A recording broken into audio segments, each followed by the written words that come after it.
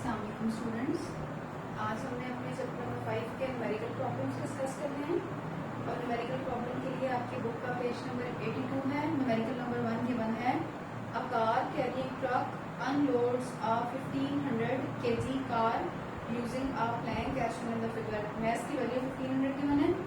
If the plank make an angle of 30 degree with the ground and its upper end is at 2 meter height। तो देखें ये जो आपको diagram बनाकर दिखाई गई है ना, इसमें वो कह रहा है कि जी ये यहाँ से कार नीचे मूव करेगी, ये जो हाइट है दैट इज 2 मीटर है, ठीक है। फिर कह रहा है what will be the work done by the gravitational force. आपने वर्क डन कैलकुलेट करना है और नेक्स्ट कह रहा है also draw the force displacement graph for it, और आपने इसके लिए फोर्स डिस्प्लेसमेंट ग्राफ बना देना है, ठीक है। हम लोगों को पता है वर्क का फॉर्मूला होता है F डॉट डी। इसको मैंने इक्वेशन नंबर 1 इसलिए कह दिया कि मुझे फोर्स और डिस्प्लेसमेंट दोनों कैलकुलेट करने हैं, ठीक है। फोर्स कैलकुलेट करनी है तो मैंने लिखा for force F is equals to W equals to mg। W जो है वो 1500 है और सॉरी मैथ जो है वो 1500 है और ग्रेविटेशनल एक्सीलरेशन की वैल्यू 9.8 होती है।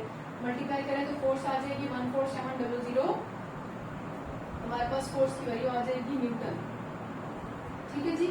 नेक्स्ट हमारे पास है डिस्प्लेसमेंट। डिस्प्लेसमेंट कैलकुलेट करने के लिए देखें, अगर हम यहाँ पर देखें तो ये हमारे पास एक राइट एंगल ट्रायंगल बन रही है। इस राइट एंगल ट्रायंगल में आपने ये वाला डिस्टेंस कैलकुलेट करना है, ये वाला फासला डिस्प्लेसमेंट आपने कैलकुलेट करना है ना, यानी कि कार यहाँ ऊपर पड़े हुए प्लैंक से यहाँ नीचे ग्राउंड पे आएगी तो उसने इतना फासला कवर किया। तो देखिए राइट एंगल ट्रायंगल को सॉल्व करने के लिए इस साइड के लिए हम लोग यहाँ पर साइन थीटा यूज कर सकते हैं। क्यों यूज कर सकते हैं, मैंने आपको बताया था कि जी एक साइड जो नॉन होती है और एक साइड जो अननोन होती है, उन दोनों के दरमियान रेशो से जो एंगल बन रहा होता है उसे हम कहते हैं वो वाला ट्रिग्नोमेट्रिक फंक्शन हम इस्तेमाल करते हैं। तो देखिए ये वाली साइड आपने सॉल्व करनी है, इसके साथ हमें ये वाली साइड गिवन हो गई है। इसका मतलब है परपेंडिकुलर और हाइपोटेन्यूज से बनने वाली रेशो होती है साइन थीटा। तो साइन थीटा परपेंडिकुलर और हाइपोटेन्यूज है। Perpendicular is h, hypotenuse is d। Simplify करें तो हो जाएगा d sine theta equals to h। आपने d लेना है तो h divided by sine theta आ जाएगा। h की वैल्यू 2 गिवन है, साइन थीटा की वैल्यू 30 गिवन है। सिंप्लीफाई करें तो h की वैल्यू मिल जाएगी, सॉरी d की वैल्यू मिल जाएगी 4 मीटर्स। इसको अगर नंबर 1 में पुट कर ले तो f डॉट d को ओपन करें तो f d cos थीटा आता है। वैल्यूज को सिंप्लीफाई करें तो आपको वर्क की वैल्यू मिल जाती है 25.46 किलोग्राम, ठीक है। आपने फोर्स डिस्प्लेसमेंट ग्राफ बनाना था, इसका मतलब है फोर्स को हम ले लेंगे y एक्सिस पर और डिस्प्लेसमेंट को हम ले लेंगे x एक्सिस पर।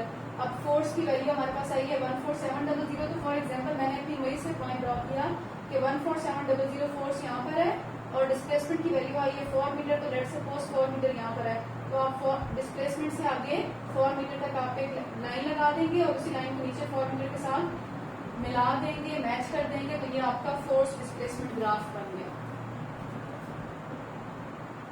क्वेश्चन नंबर 2 में कह रहा है, a car having a total mass of 1500 kg is traveling at a speed of 40 kilo per hour through a straight path.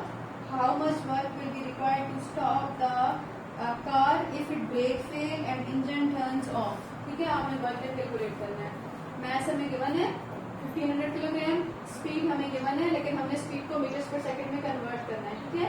तो आवर्स को सेकंड में कन्वर्ट करने के लिए मल्टीप्लाइड बाय, सॉरी क्वेश्चन में लिखा हुआ है किलो पर आवर, इसका मतलब है मल्टीप्लाइड बाय मीटर पर सेकंड में कन्वर्ट करने के लिए मीटर्स के लिए किलो को मीटर में कन्वर्ट करने के लिए 1000 से मल्टीप्लाई कर देंगे और आवर्स को सेकंड में कन्वर्ट करने के लिए 3600 से डिवाइड कर देंगे। सिंप्लीफाई करें तो वेलोसिटी की वैल्यू 111.11 मीटर्स पर सेकंड आ जाती है।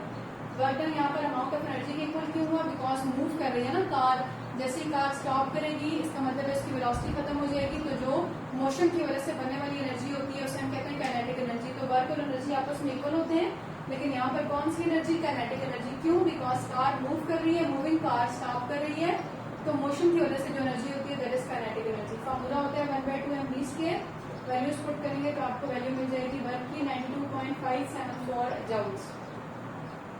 क्वेश्चन नंबर 3 में, a ball of mass 100 gram is released from a height of 30 meter if the ball encounters an air resistance of 0.4 Newton, यानी कि फोर्स हो गया।